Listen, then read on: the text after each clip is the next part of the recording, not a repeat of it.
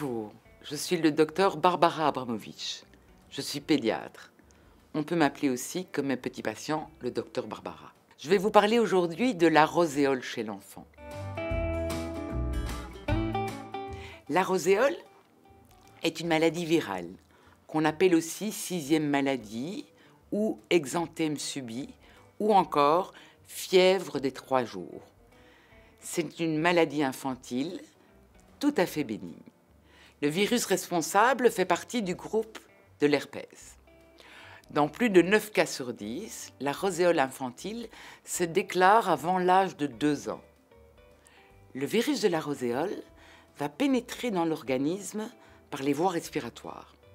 La transmission entre les enfants se fait donc par les sécrétions nasales, par la salive, quand les enfants toussent par exemple, et même quand ils jouent entre eux, qu'ils mettent les jouets à la bouche et qu'ils se les passent de main en main. Les premiers symptômes vont apparaître après une période d'incubation de 5 à 15 jours.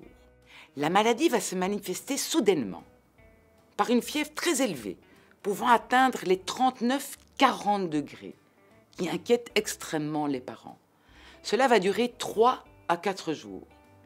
Cependant, cette fièvre élevée est dans la plupart des cas totalement isolée, c'est-à-dire qu'elle ne va pas s'accompagner d'autres symptômes, qu'elle ne va pas provoquer beaucoup d'inconfort.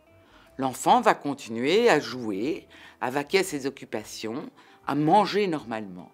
Puis, le 4e jour, voire le 5e jour, la température va chuter soudainement, tandis qu'apparaissent des petites taches rosées, principalement au niveau du torse, qui disparaîtront spontanément au bout de 12 à 24 heures.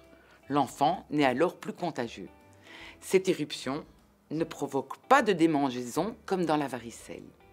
La roséole est donc sans gravité, mais c'est la fièvre qu'elle provoque qui inquiète principalement les parents.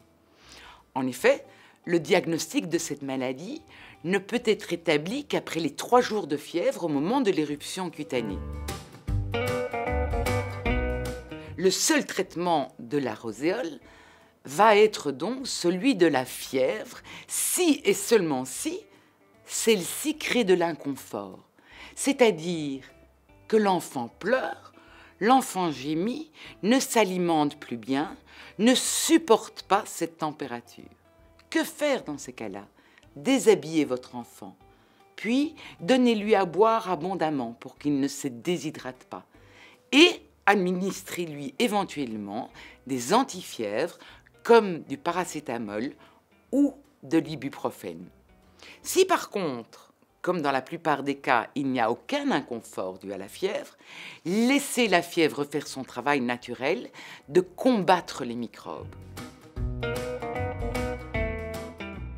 En conclusion, chers parents, c'est une maladie très fréquente, surtout si votre petit bout fréquente la crèche, mais qui est tout à fait bénigne et qui ne provoque aucune séquelle. À tout bientôt pour d'autres vidéos.